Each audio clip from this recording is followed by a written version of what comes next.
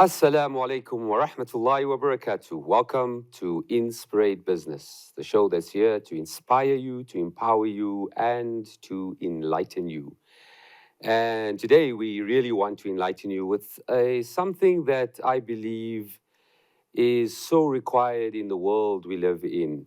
What I would say, dying art, I'm not sure, but the concept of calligraphy and Islamic calligraphy, I don't know, Arabic calligraphy. Arabic calligraphy, and we have a very special guest, Mr. Rafique Cajee. Assalamu alaikum. Welcome to the Inspirate Business Show. Wa alaikum salam wa rahmatullahi wa barakatuh.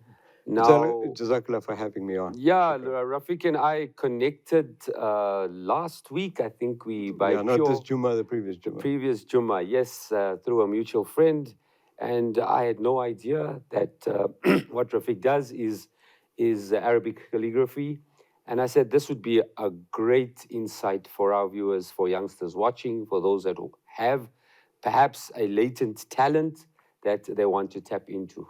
So I'd love to listen to your story, and so would our viewers.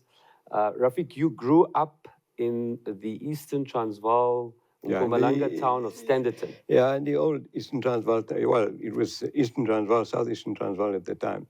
Standerton, born and bred. I went through school in Standerton. Okay. This particular journey with regards to calligraphy started around about early 1980s. What happened, Yusuf, was I had always, because of my parents, because of my father, because of my brother and uncles, there's always been an interest in handwriting. You know, they've all had very good written scripts. In fact, you know, even today, I always admire my older brother's handwriting. And I saw an article in the Star newspaper, a little clip in the Star newspaper, with regards to somebody winning a handwriting competition. It was an international handwriting competition. And this guy won it, as somebody from Johannesburg. And it sort of sparked my interest in, you know, what is this all about? Mm-hmm. So I wrote to him because he left his details at the bottom of they left his details at the bottom of the article. So I wrote to him, posted the letter, and he came At back that time, to me. you had to post letters. Yeah, we had to, you know, there was no social media or whatever, and there was no contact number. There How was old were you at the time? I must have been in my 30s at the Okay. time. Yeah. So I wrote to him, and he wrote back immediately. And he said to me, Rafiq, there is such a thing as calligraphy. And we have. So what is calligraphy? I mean, if is it a what does it mean? Yeah, so calligraphy directly translated is from Greek. Kali, meaning beautiful in Greek, and graphos, meaning writing. Okay. So directly translated, it's just beautiful writing. So it could extend to Western calligraphy, and that's basically where I started from, was with Western calligraphy, or English calligraphy as we know it. And then the other parts sort of developed over the years, you know, the Arabic calligraphy and all of that, the interest in Arabic. So even if you had beautiful handwriting, that would be seen as calligraphy.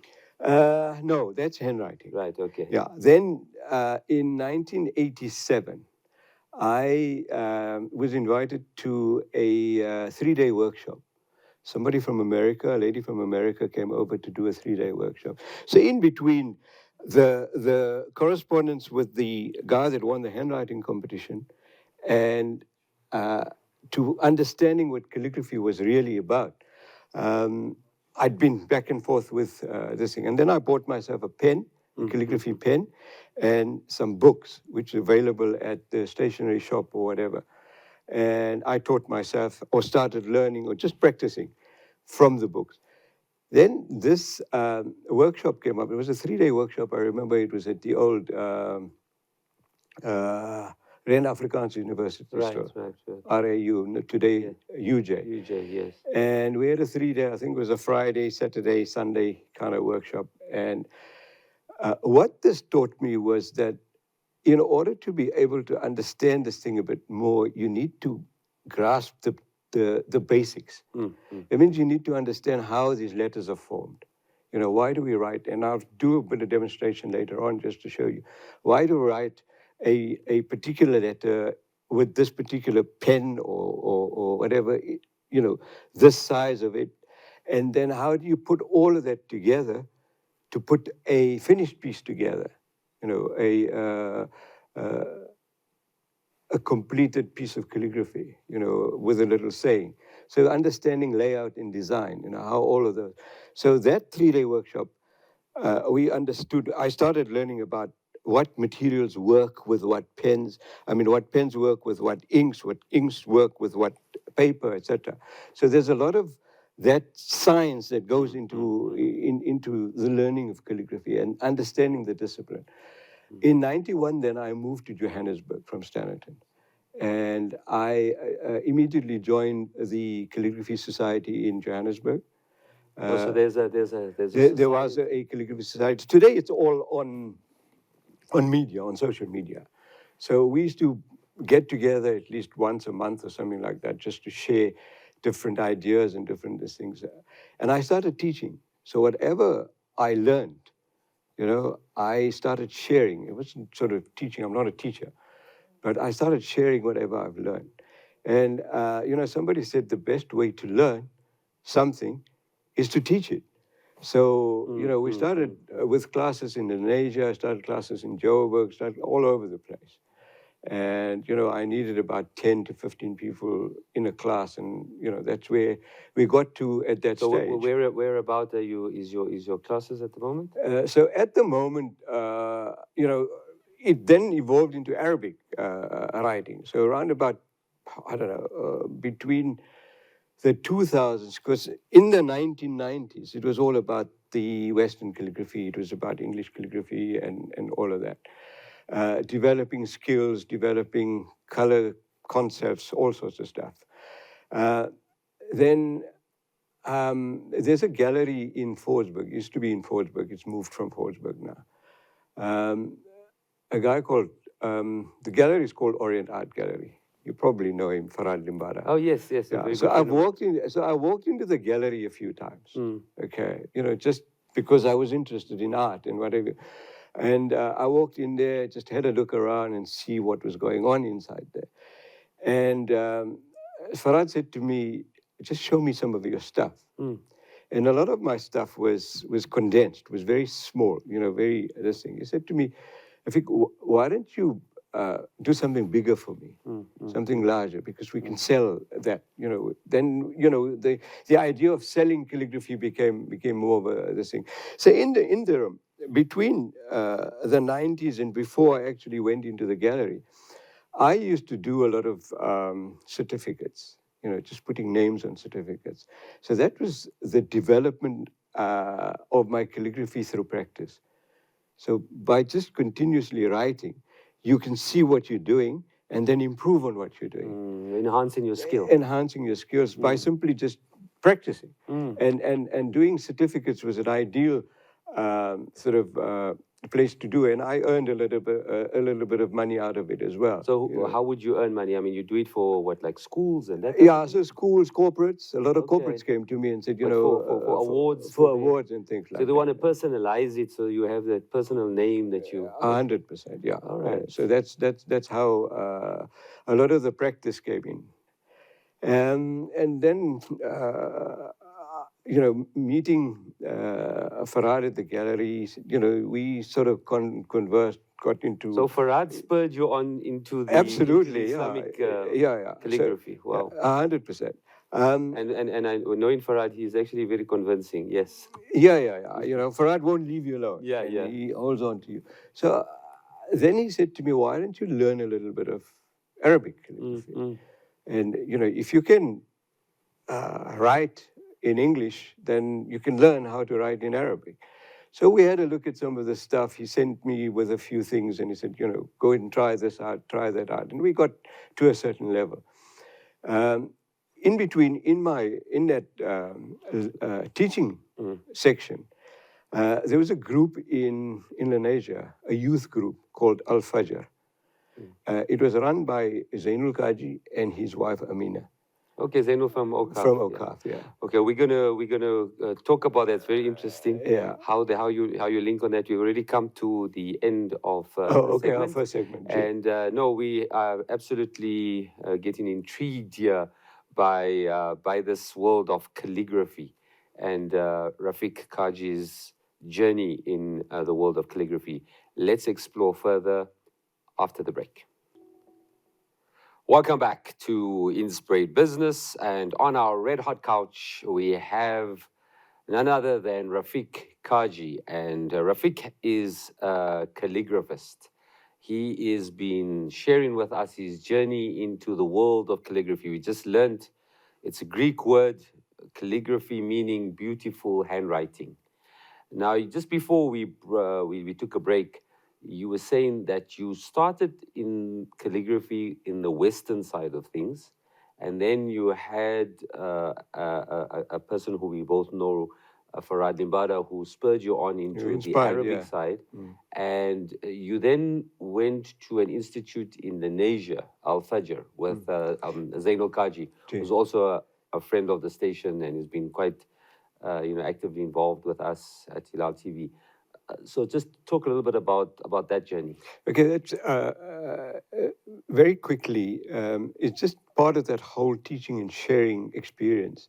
So at the time, Zainul's children were young, and Al Fajr was about developing leadership, and the calligraphy part of it just was to inspire the children and motivate the children with a disciplined form of art.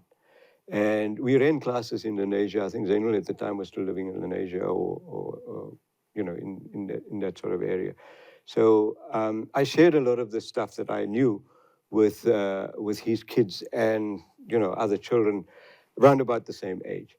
So from there, then it was just something that I needed to mention because I needed to bring OCAF into the whole picture as well. Subsequently, I run my classes through at the OCAF Center. A lot of the Arabic calligraphy classes and other workshops are run through are done at the OCAF Center in Greenside. Um, the beginning of Arabic calligraphy, yes, started at Orient Art Gallery because I was inspired by what I saw at the gallery. Um, then in 2010, Haji Noordin is a Chinese calligrapher, okay, who is trained because he's still active in the art of Ottoman calligraphy. Ottoman calligraphy comes from Turkey. Right. And he spent some time at the souk in Durban, around about December. And between going back home from Durban, going back to China, he had 3 days in between. And he came to Joburg and he spent 3 days, or we spent 3 days with him. We had him put up at a hotel, and I spent then 3 days with him. And there again, he said to me, Rafique, forget about all of this other stuff. Because there's a distinct difference between Islamic art and calligraphy. They are, Islamic art, you can develop from what you can get on the internet. So you can pull stuff from the internet, rehash all of that stuff into creating what we call Islamic art. So it would become Islamic if there's, an Islamic verse or a Quranic verse attached to it or something like that. It will become Islamic art then. But calligraphy is, or Arabic calligraphy, he told me, is that this is learned over a period, a long period. It's a completely different science to anything you know about as far as Islamic art is concerned. This is I don't know, from round about the 11th, 12th century. It's been with the Ottomans and then today with many other calligraphers and passed on. Like probably, I mean, you're a Hafiz of Quran, Yusuf. It is passed on from teacher to student. And so that generation over generations over generations. And this is how we've myself too, and others in this country have now begun to understand the the basics of this art, where did it come from, and how it's now going forward. So when Haji Nuruddin came, I spent 3 days with him, okay? And he said to me, Rafiq, first of all, you got to learn what is a kalam. Kalam is it's bamboo which is shaped in the form of a pen. Okay, kalam translated into English meaning color, meaning pen. Okay, so it's Okay, the instrument that it's you the use. instrument that we Right. use, and there's a science to it. There is a reason why we use kalam because the original Ottomans, and from the beginning of when uh, scripts were written out, that's the tool that they used. So we've kept this tradition all these years. And it's come through from tradition. So it's from the original teacher down to his student. He becomes a teacher, and so on and so And on. it's So still in that it's in that still in that. original form. There hasn't been like technological No, advancement no, no, it around it. hasn't. Look, people have now used these computer devices. What do you call them? Uh, the Apple whatever, where Yeah. you can Oh yeah, using those Apple Pens on yeah, the Apple Pens on those things. I'm on not the sure. tablets. On the Yeah. tablets, Yeah, yeah, yeah. yeah. So there are programs to do all of that stuff. There are people that are experimenting with that. But the learning process is traditional. There is no other way. And it could take up to 4, 5, 6, 7 years to be able to learn this thing.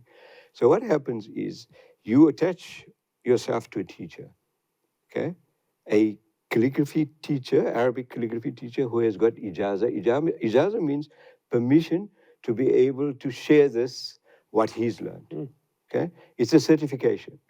Right. It's like, you go to university to become a doctor, you get certified and what have you, and now you can practice. Yes. So it's the same sort of a discipline. And you attach yourself to a teacher, and he then looks at what you're doing because he shows you, okay, this is where you start from. And it's a whole long process. We'll share this as we go along. I'll share with you exactly how you start with this thing. And that then transfers on to somebody else. It could take 4 or 5 years, like a university degree, to be able to get ijaza. And he sends you work, you do the work, and send it back to him. He marks your work, sends it back to you. So it is this continuous process. Now, myself, I haven't gone through that process, unfortunately, because of circumstances. I do a whole lot of other things as well. So because of personal circumstances, I haven't gone through that process. I haven't attached myself to a calligraphy teacher. The Chinese teacher. Yeah, so we he corresponded would in have the been, beginning. He would have been somebody like that. That's right. He's got He's the already ijaza. got ijaza. Right. And he teaches around the world. Okay. So he goes all over the world. But a lot of his scripting and his writing has got a mix of both Arabic and Chinese, because he's Chinaman. Okay. He's from China originally, but he's traveled around the world. There's a whole lot of these calligraphy teachers today that you can attach to. There's an organization we've now formed in Cape Town. They've now formed an organization called Dean Arts South Africa. It is a offshoot of Dean Arts, the global organization, and they have got teachers specifically for calligraphy and other Ottoman art forms. So Islamic art is based on 3 different disciplines. One is calligraphy.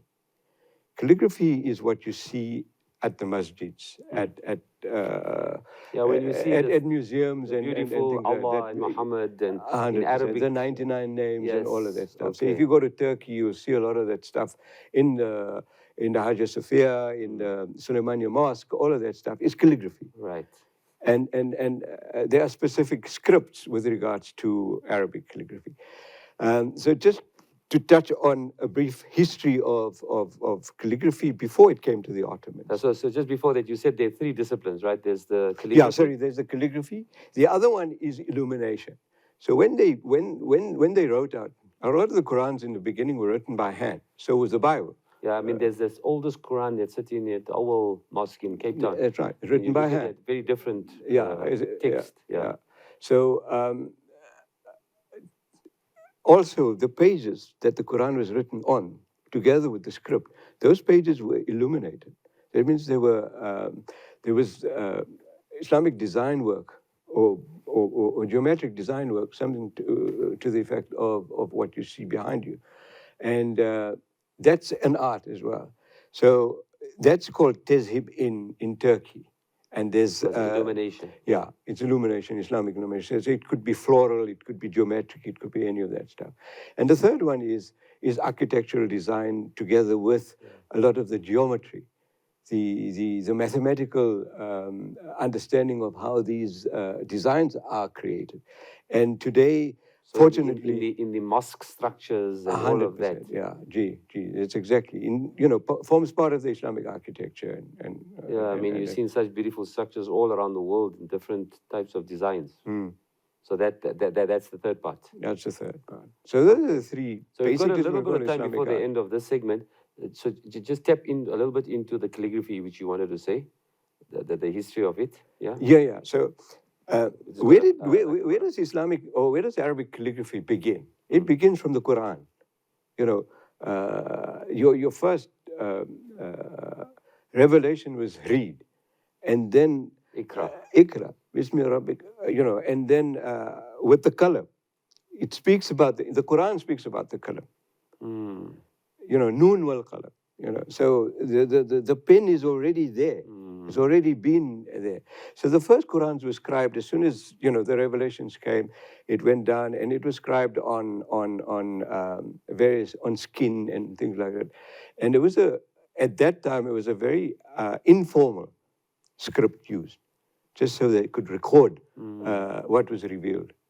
And from there, the Arabic script evolved, and it came to the stage that we now have it.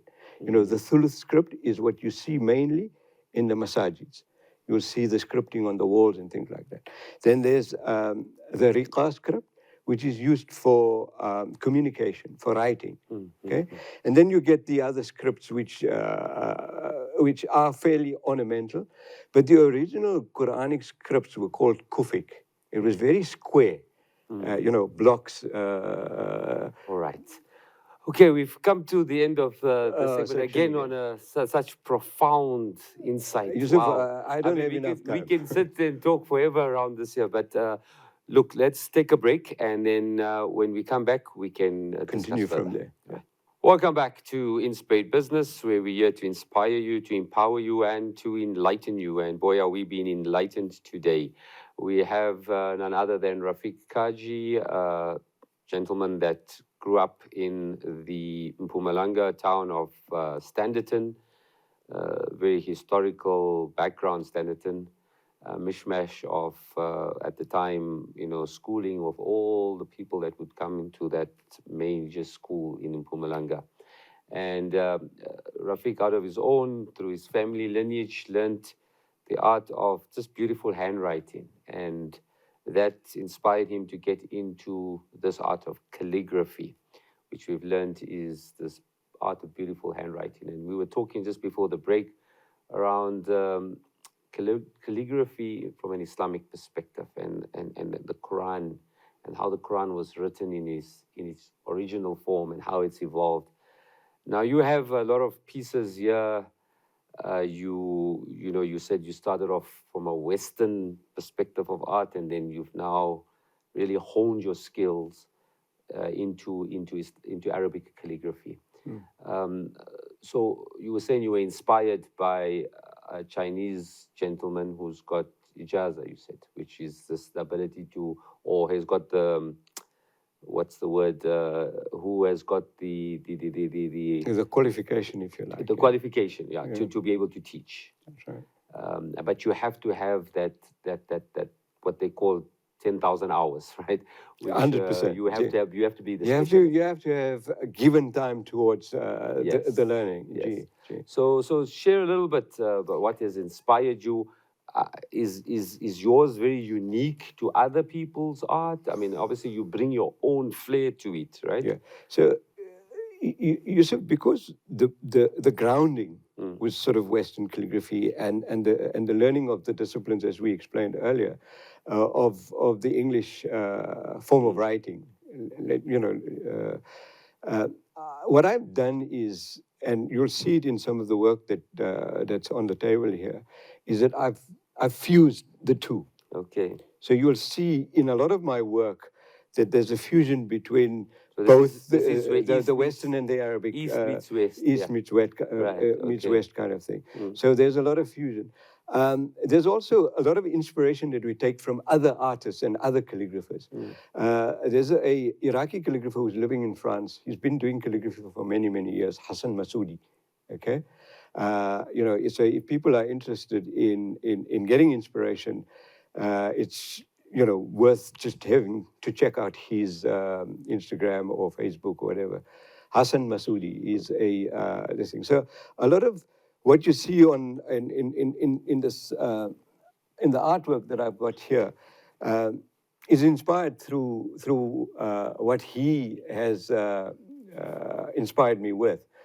Again, here there's a lot of fusion. So you'll see there's a lot of there's the Arabic calligraphy, there's background work, okay, where I've just put in acrylic colors, okay, in various forms, and some of it is also a bit of Arabic form. Okay, it might be a bit of a form, very abstract, but a bit of form from the Arabic alphabet.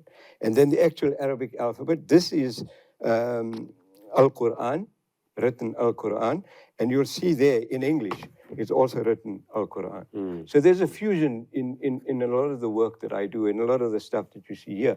And then I've also added a bit of gold just to add a bit of, just to enhance the work a little bit. I've added a bit of gold leaf to the whole thing. These are all available, through the gallery, and you can have them framed, and people can. And they come in different sizes as well. Yeah, so we can. These are copies of originals.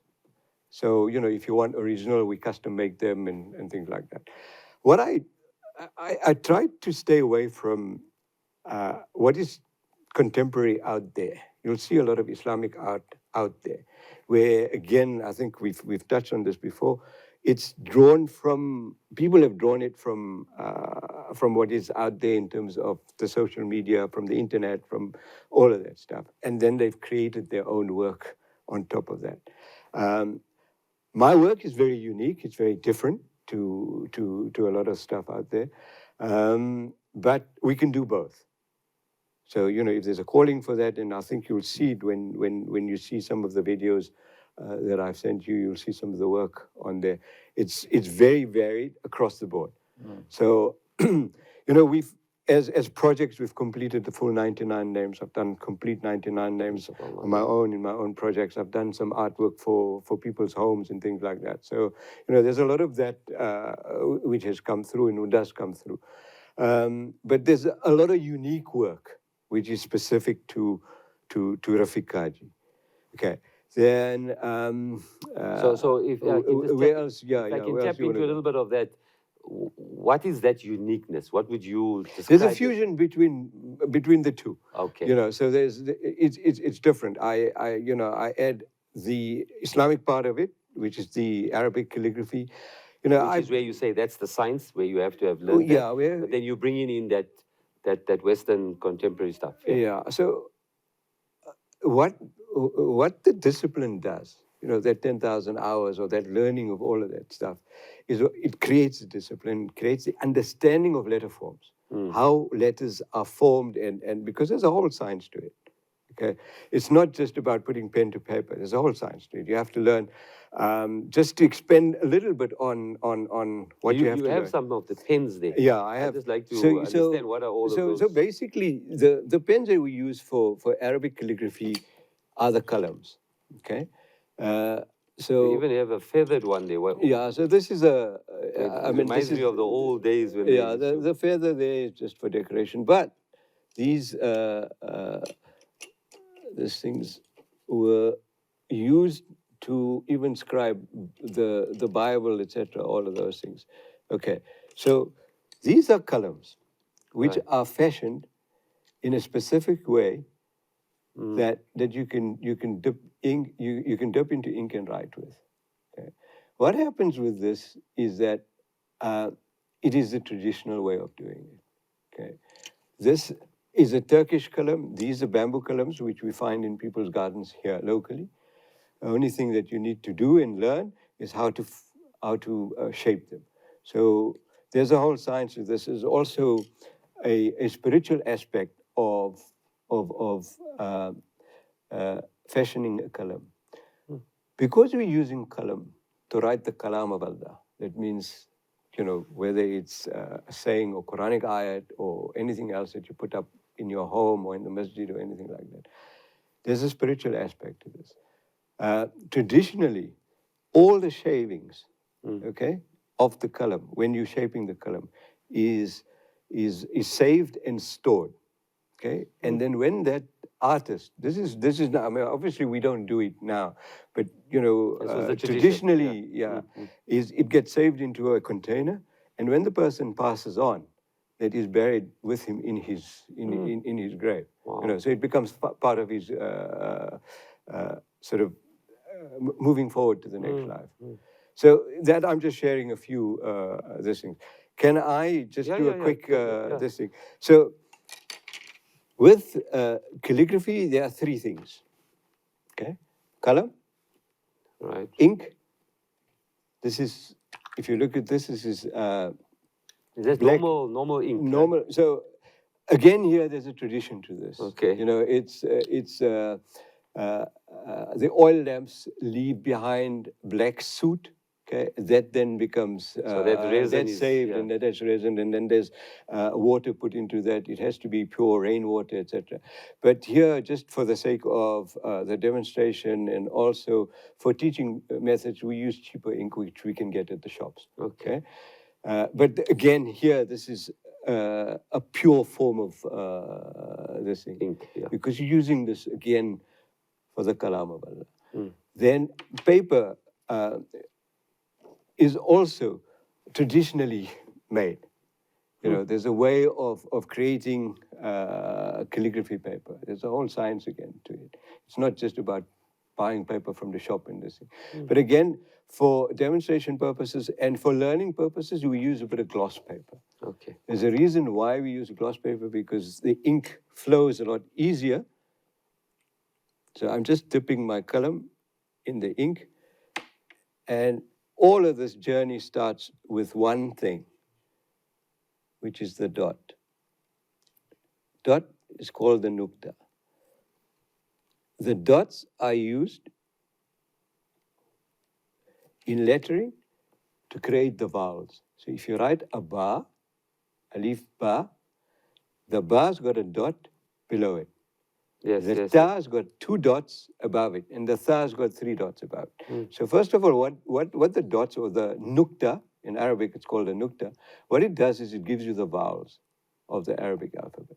It also, in calligraphy, what it does is, so you see when you're learning Arabic calligraphy, this is more than 10,000 hours. We have to fill pages and pages of only nukta. Kalam, ink, paper, and nukta. So what the nukta does is, you'll see I've put down 1, 2, 3, 4 dots, or 4 nuktas. 5, 6, 7. Okay. From there down, and you see the color moves a lot easier on the paper with gloss. Okay. What this is done is 1, 2, 3, 4, 5, 6, 7. With this column size, the size of the letter is 7 nuktas down. The alif. Okay. So this is the form of the alif. So you're making an alif, which is the first first letter of the Arabic alphabet, with 7 nuktas. Yeah. So if I'm using a different size of column, okay, the alif will be yeah. So the entire alphabet and all of writing, it's all about the size and the nuktas. So it's a complete science. That's why it takes you 4 or 5 years to be able to learn all of this. Wow. So the beginning of this, Yusuf, the beginning of this is just the alphabets. Okay. Sure. From alif all the way through to the end. We've come to the end of the segment on wow, been really been. I hope you as well, from a viewer's perspective, just been enlightened, man. Really, we'll come to the end of the segment, and as we come to the last segment, let's discuss this further, and also how you can share this with Yeah. with people that want to get involved immediately after the break. Welcome to Inspirate Business, where we're here to inspire, to empower, and to enlighten you. And we have Rafique Cajee, a calligrapher, and he was just showing us, wow, the art of Arabic calligraphy and the discipline of it. Showing us the length of the alphabets and the work that you have to put in to it. But Rafiq, we've already come now to the end of the show. This is the last segment. You have got these beautiful works. You have an incredible journey that you've undertaken from your days growing up in Standerton to today out in Mayfair, I believe. Okay. Yeah. And you're working from the Oak Calf Center. Yeah, And this is where you're doing now giving back, right? Sharing, training, and a very powerful Islamic concept and principle and ethos, this of being a teacher, this of giving back. So how do you go about doing this? You have students that enroll. How does it work? Yeah, so, Mav, we I've got an association with OCAF. Right. Okay, so OCAF develops a lot of things, in terms of the wakaf Yes. and what have you. And they came to me and said to me, look, this is what you do. And let's see if we can't run workshops and classes through the center. So that's where it started, and for me, it's not about, I'm not a teacher. I'm not a trained teacher or anything like that. But what I do and what I can do is that I have learned something. You've got a gift. Yeah, there's a gift. Allah subhanahu wa ta'ala has given me this ability to be able, and it has taken years for me to get to the level. So all I'm doing is I'm sharing what I know. So it could be the calligraphy side of it, could be the color side of it.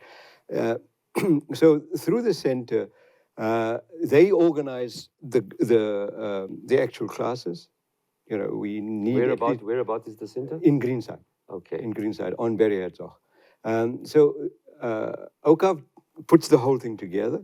All I do is come out there with my equipment, and the people come to the class, and we run the class. It's a 2.5-hour class. And how often do you do it? So the entire course, to understand the basics of the Arabic calligraphy, you can never learn the thing in 6. So it's about 6 or 7 weeks. So we do it on a Saturday morning between 10 and 12 for 2.5 hours, and just basically understanding the beginnings of this journey, if that's what you want. And just as a matter of interest, is it very popular? Do you get a big subscription? Yeah, look, Shukar, it's been, a lot of people, because it's out there, with the internet and this, and, or it's out there. So a lot of people are interested. People will come. My child is, I don't know, 12, 14, 15 years old, is creative. He wants to learn, or she wants to learn calligraphy. Will you be able to teach? And we welcome, we welcome anybody. And it's not also necessarily only Muslim. No, it's open to anybody. Anybody. Right. So, there is no particular... it's somebody that has got the... That wants to learn, and you don't need to be able to be, or you don't need to be creative to be able to learn calligraphy. It's a misconception. Oh, that's interesting. A lot of people think, I don't have a good handwriting, I won't be able to do this.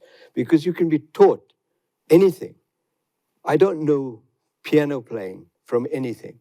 But if I go and learn it, and if I understand those number of hours that I put into it, I can learn. Oh, that's very interesting. So it's like learning any discipline, whether it's dance, music, and I'm just thinking now, for somebody that's any form of art. Yeah, I'm thinking also it does. I mean, that really breaks a paradigm for me. Absolutely, because for everybody. I'm not creative at all, right? In a sense that from a from an artistic perspective. My youngest daughter is. Now, I would think, Sure. okay, she'd be ideal. But you say I could come to it, and if I want to go and just tap into that side of it, I can learn, 100%. even though I'm more analytical. 100%. Also, Yusuf, there's a spiritual aspect to all of this stuff. You know, if you're spending 2 hours with me, forget about your business side of it. You forget about your family. You forget about all of those things. Your mind is focused on your hand and your head, your hand, eye, and mind, And the concentration. and the concentration and the focus of what you're doing. And being in that present. 100%. Because they talk about the fact that our minds are so cluttered. We are always busy with a lot of things. Yes. You know, if you're just focusing in the present, there must be an amazing spiritual upliftment just doing that. Yeah. That practice of doing that. So there's three things that I do in terms of my workshops. The one is the English calligraphy. I run a separate English calligraphy class or course. It's also run about 6 or 7 weeks. So this is the art of, like, if I want to do those beautiful handwritten letters and all of that, And that can that can also be taught. You don't have to be... No, you don't have to be artistically or creative or whatever. You know, you don't need no prior knowledge to anything. You just need to understand how these things work. And then from there, practice, practice, practice. Today, I mean, you'll see my little notebooks. I'm writing in those notebooks all the time, whether it's English, Arabic. I'll pick up a saying from somewhere. Yusuf has sent me a saying on WhatsApp, and I write it down. So you'll see the little notebooks that I carry. There's a lot of things that are written down, and it's all about practice. You know, without the practice. So there are three things basically that I do. So the one is the English calligraphy, from basics. Right.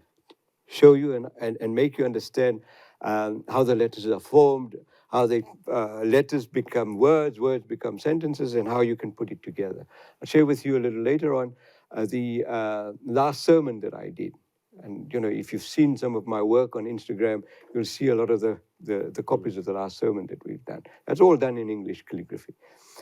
That's one. The other one is the Arabic calligraphy class that we run. Understanding basics again, okay, how to put the letters together, how to join them, and going forward and creating a finished piece, okay? Then the other one is a very casual, simplistic, 3-hour art workshop, okay? So what I do in the art workshop is we got about 10 people in the art workshop. I give you all the materials you need. I give you an A3 canvas, I give you brushes, and I give you paints, acrylic paints. You come in there, and it's expressive. You just put down on the canvas whatever you want. So just express yourself. And then on top of that, we use acrylic because it dries very quickly, it's forgiving, and you can layer on top of that and things like that. So that's a whole different part of the art, this thing. So you understand all of those things. And on top of that, then I can add your name or Allah Muhammad or whatever it is that they want. Or if you want to do it yourself, you can do it yourself. Wow. That's a 3-hour workshop. It's fun. It's this. I mean, I started with those art workshops. I don't know if you remember in Greenside, there used to be a bakery called Industry Bakery. Okay, the guy that was there was Abdul. And he said to me the one day... Oh, yes, I used to go there, Yeah. So it's, I think... it's now one of the other franchises. One of the other franchises. Yeah. So that's also another thing that I'm working on, to get into those franchises, to run the same thing. Just, you know, social listing, so it helps them, it helps me. You know, so it started off there. What's very interesting is that in the world, especially for business people watching, I mean, they're talking about with everything, all the analytical type of skills are all being now automated with AI and so on. Yeah. And they say the key skill you have to have in business today is the skill of that artistic flair, that creativity. And I mean, if you're tapping into this, I mean, I'm just thinking about aloud now. I would love to come to one of those workshops and just express bring your it. kids, your grandkids, all of them. Even your frustrations and your own issues, and just express it into a canvas. We're coming now to the end of the show. Unfortunately, wow, I've learned so much. We'll come back and do another really one. Woken something in me, you know. You can sense from my excitement now. But some parting words to the viewers that want to get involved. Yeah, look, share some I insights. am, I'm on social media. Right. So you can follow me on Instagram. Right. My Instagram is Rafique. So it's a mix of both. Oh, nice. Okay. So your name in And the calligraphy. So you can see the creativity coming out. That's today. right. And Calligraphy. yeah, so there's a lot of the stuff there.